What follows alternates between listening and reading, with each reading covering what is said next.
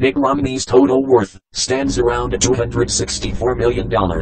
That's not a lot when you stack him up against the world's billionaires, but still, is enough to secure him a spot in the world's top 1%. How does he earn his money? Well, he has no regular day job, but earns handfuls of money on dividends and interest from investment.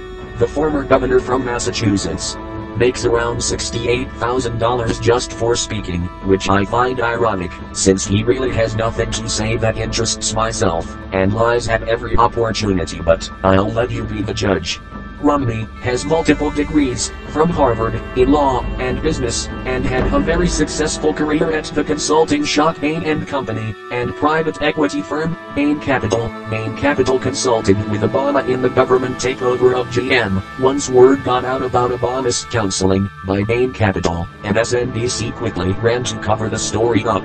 They stated a previous story incorrectly reported that Mitt Romney's former firm, Bain & Company, was part of a team of consulting companies that advised President Barack Obama on a decision to shutter car dealerships during the auto bailout. Bain & Company said it has no connection to the Bain consulting firm referenced in government documents. Why would they retract the story? Why save face? I don't have all the answers. I just know that this smells rotten, and I am not eating it anymore. Anyway, it's out there, and the retraction, folks, is about 1/10 the size of the original story.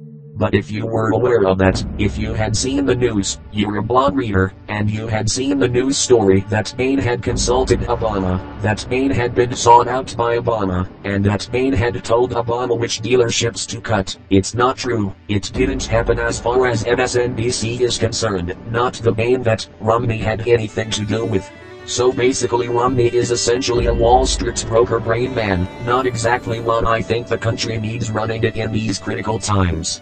So, when they were in the process of taking over GM and other auto companies, when they were telling you don't worry about your job, Bain was in the background, telling Obama specifically which dealers to shut down permanently, which areas of the country to cut the jobs, and which people and states were going to be shit out of luck. As far as the auto industry is concerned, Bain also has allegedly schooled Obama on healthcare reform, and their policies are cut it down to the teeth. Romney's most loyal financial backers come from a Utah-based company, and get this, they're a multi-level marketing firm called Nu Skin, who derives most of its $1.5 billion from duping people into paying for the rights to sell and distribute their products privately. The kicker is that they really don't sell many products.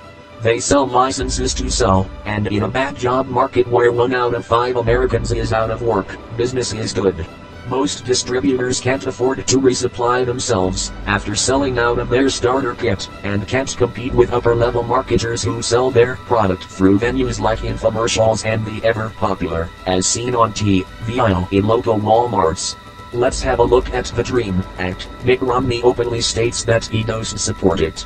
But then why did he recently open an advertisement campaign in Florida, saying he does support it? Well, his son at least says he supports it. I love that. Get your kid to lie for you and let yourself off the hook. It seems he is trying to sway Spanish-speaking Americans to vote for him with a flat-out bold-faced lie. His recent ad has his son speaking Spanish, with no accent at all, and features Romney in various companies supporting Spanish-speaking Americans, offering opportunity and growth for the Spanish community. Not that I don't support our immigrants. After all, my family came during the Great Potato Famine in Ireland, legally might I add, and signing up to vote and pay taxes as soon as they walked down the gangplank at Ellis Island. However, there were no jobs or education waiting for us until we could speak decent English, and the ad finishes with Romney himself thanking people for their support in very badly spoken Spanish. And finishes with Romney stating, "Muchas gracias." Really, I could go on about the shady dealing of this candidate, but if I knew nothing else, just his association with the MLM firm Nu Skin, and his dealings with Bain Capital, would be enough to discredit him from ever stepping foot into a position of great responsibility over 350 million citizens. In a world where you need good credit and a good background to work in just about any blue-collar job, why would this man ever be considered to lead our country? Mitt Romney has a background that shows he preys on the weak and financially unstable to further gain financial stature.